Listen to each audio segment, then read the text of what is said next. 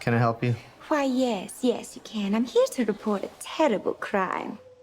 And what terrible crime is that? This one. Ah, shit, I told this all wrong. Quick history lesson. This all started when the Joker and I broke up. It was completely mutual. And soon enough, I was back on my feet, ready to embrace the fierce goddess within. Margot, as a producer, was it difficult to get everyone on board with an all-female led movie with a director and a writer also female? I think it was difficult to get everyone on board with the idea of an R-rated female ensemble action film simply because it hadn't really been done yet. And I think generally there's hesitation when you got to put a lot of money forward to do something that hasn't been proven yet. So I totally understood.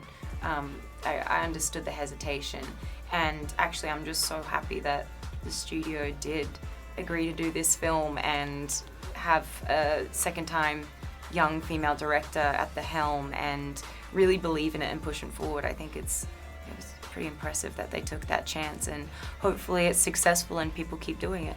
The action in this movie looks amazing. I want to know, what do you think is so compelling about it? Most of us were doing most of our own stunts throughout the film, especially because of the way Kathy wanted to shoot it. She wanted to shoot a lot of really long takes, without very many edits. So sometimes we'd be shooting an entire fight sequence in a oneer without cutting, which was exhausting and really difficult, but really rewarding because we got to really get in there and do it. It was a lot of fun. Yeah. It's, 8711, the stunt team, they trained us for a total of close to 5 months. And each one of us had a different style. I was trained in more of a street fighter style, mixed martial artist. And of course we had amazing stunt doubles. I had a stunt double named Haley Wright, who was so talented and also did some incredible work. But they really let us go for it and do as much as we possibly could. Huntress was, she had the crossbow, but she also was like more jujitsu, with taking guys down. And you were more like a gymnast with roller skates and crazy things that you were flying off the wall and doing. Trampolines. and all while on skates. I think it's really fun to watch a movie where you can tell that the actors are really physically putting their all into it. It was incredibly painful, but also very necessary in order to do justice to the characters, because these are women who have been trained by the best and, use their bodies as machines. So I think it was necessary to experience that level of pain because they would have experienced that level of pain as well. Mm-hmm.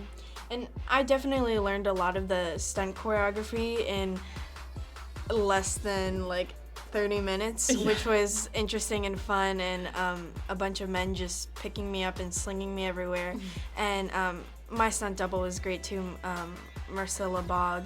And I think the majority of my training actually was magic, and I was working with a magician and learning how to pickpocket and learning how to work with cards. Wow, that is amazing.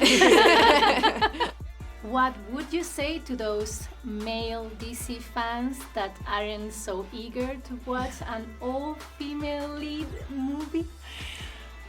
Well, I mean, I would say that it's definitely very unique and interesting because there's never been really anything like this before. I would say that I've loved male-driven action films my whole life. I relate to characters because they're human, not because of a specific gender.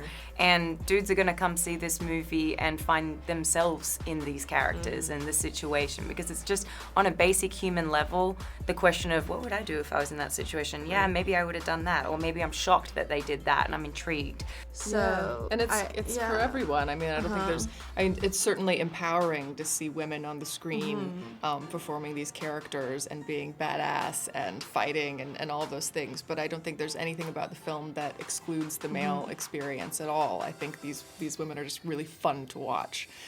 So I don't think there's any reason why everyone shouldn't want to come see this film. It's not a question of gender, it's a question of which character you just relate to in the circumstances. And I think there's also guys who are such fans of the comics. You know, the Birds of Prey comics, Harley Quinn comics are so well written and fascinating and wild and quirky that, you know, I think if you're a fan of the comics, or if you're not a fan of the comics as well, but I think especially the guys who are fans of the comics will love this movie. I mean, hey, men can be feminists too. There's nothing wrong with that.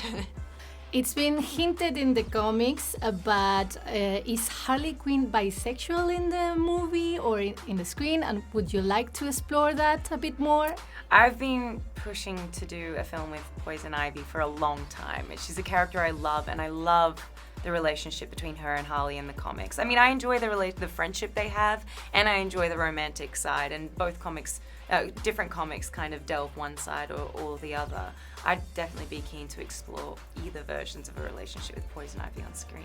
We're gonna have to work together. Sure.